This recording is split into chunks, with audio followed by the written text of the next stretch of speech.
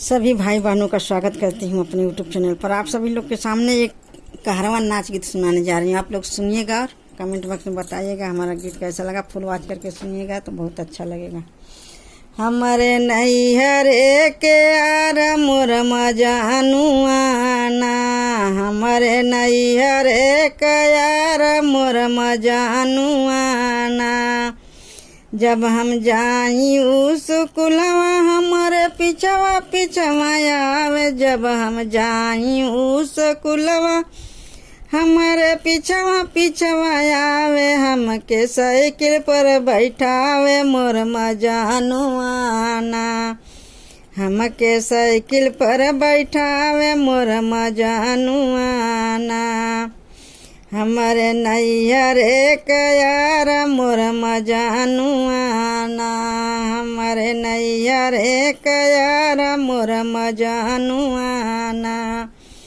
हमके साइकिल पर बैठावे खूब बाजारिया घुमावे, हमके साइकिल पर बैठावे खूब बाजारिया घुमावे। हमके जिलेबी खियावे मोर मजानुआना, हमके जिलेबी खियावे मोर मजानुआना।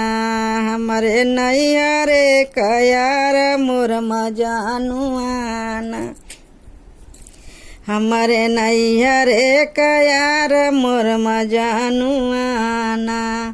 जब हम जाई बजरिया हमके पिछवा पिछवा आवे, जब हम जाई बजरिया हमारे पिछवा पिछवा आवे। हमके लालिया खरीदे मोर मजानुआना, हमके लालिया खरीदे मोर मजानुआना। हमारे नैहरे का यार मोर मजानुआना, हमारे नैहरे का यार मोर मजानुआना।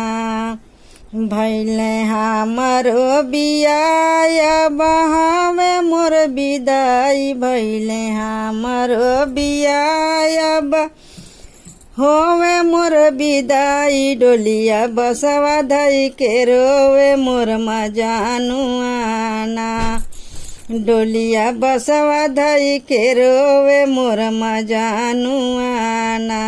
हमारे नैहरे का यार मोर मजानुआना, हमारे नैहरे का यार मोर मजानुआना।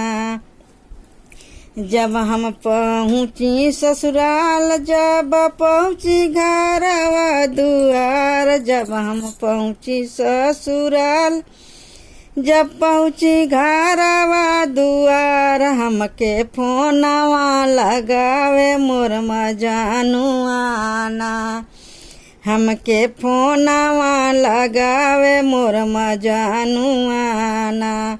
हमारे नैहरे का यार मोर मजानुआना, हमारे नैहरे का यार मोर मजानुआना। एको खिड़की ना दरवाजा सब बंद दरवाजा, एको खिड़की ना दरवाजा सब बंद दरवाजा। छोटका मुक्का में से ताके मोर मजानुआना, छोटका मुक्का में से ताके मोर मजानुआना। हमारे नैहरे का यार मोर मजानुआना, हमारे नैहरे का यार मोर मजानुआना, हमारे नैहरे का यार मोर मजानुआना।